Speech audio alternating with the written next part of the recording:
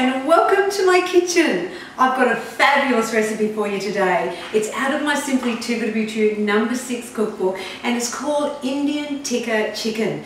This is one of my all-time favourites. Yes, it's in my top 10, love, love, love it.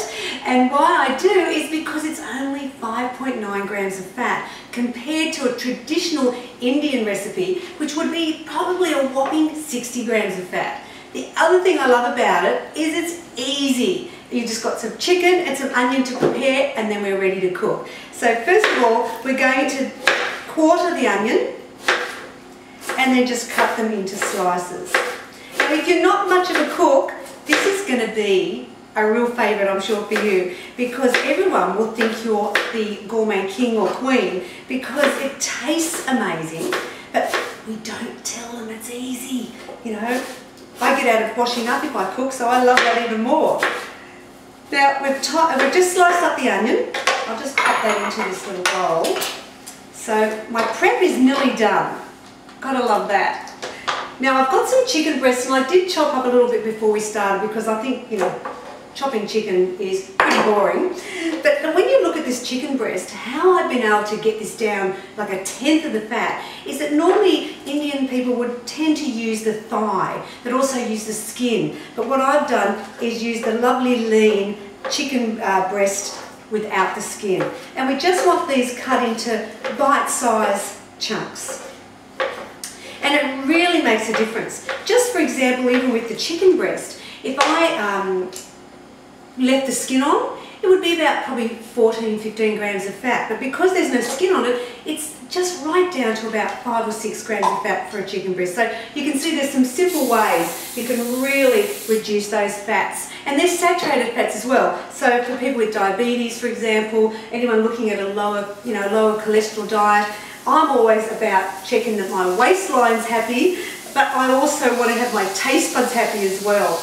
Now the thing is to start cooking this is I just throw in the chicken pieces just a few at a time.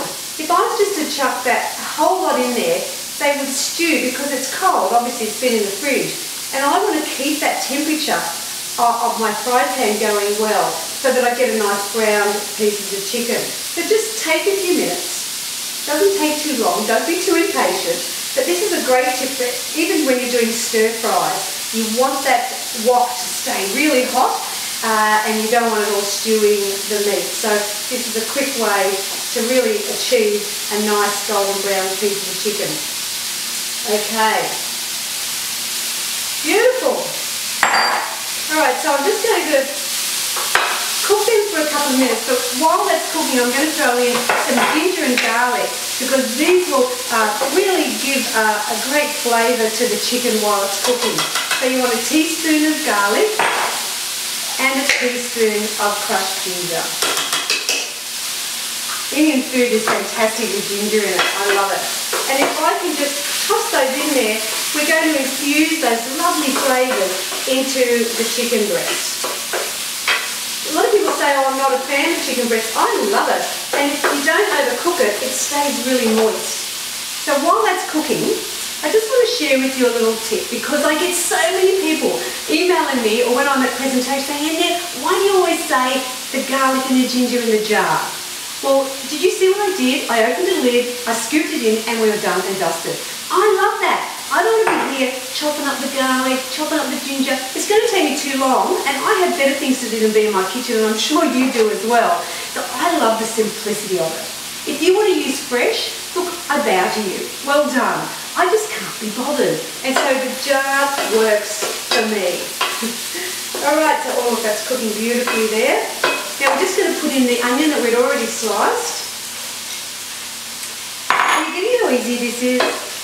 It's fabulous. And I just think, you know, we're so multicultural now that I love to be able to make a dish such as this, the Indian Tikka, and feel like it's actually quite authentic. I've had Indian people try it and they said, Annette, you've got all the flavours that we'd expect out of the dish, but where's the grease on the top? And I go, sorry, Annette doesn't do grease. Absolutely not. Oh, okay, so that's looking pretty good. What we're going to do now is add a few of the flavours that really bring it alive. And one of the things that makes this beautiful is the tikka paste. Now you can buy this in all Asian food places, especially in the supermarkets is where I like to shop, and just go and grab it there. You'll find it with all the other Indian foods. Now we're going to put in, is it 3 or 4? 4 tablespoons. And we'll cook that chicken off with the paste to get those flavours in. Notice how accurately I measured this. 4 tablespoons, beautiful. And it is quite spicy, quite hot, so I think you'll enjoy when you try it. Oh, beautiful. Love it. Now while I'm cooking this, normally I would have my rice cooker going with my beautiful basmati rice, because I love that because it's a lower GI rice. Because this takes so little time to cook that my rice needs to be starting ahead of me. So I love that as well. Quick, easy, but when you eat it, you're going to go, wow. We're going to put some chicken stock in. Now I want to use the low salt, so that's really important. Teaspoon of that in. And now we're going to throw in a can of chopped tomatoes. Now I always use the no added salt. Always look for that, because we want to make sure that we're healthy in all areas of our life. And sodium can be a big problem for a lot of people. Sodium, which is salt, of course. Now you're just mixing this together. Oh, as I said, this is one of my favourites. I'm excited. I'm going to have it for dinner tonight. And sometimes what I do as well is do the microwave pompadons. You just put them in the microwave and they just pop up beautiful, and there's no fat in them, and it just makes it a little bit more Indian. I love it. Now, what else have I got to do? I've got to put in the evaporated light milk and some coconut essence. Now you can buy all these in the supermarket, but I love it because it brings me back to the days, dare I admit it, but when I used to use the coconut oil and sunbaking. Oops, that was before we knew all about the bad things that sun does. So we're going to put the can, all the can goes in. And this is kind of like my cream, and it really enriches it up. Now, if you're a lactose intolerant person, I have discovered something that is just as good for you, which I'm excited to share, and that is almond milk.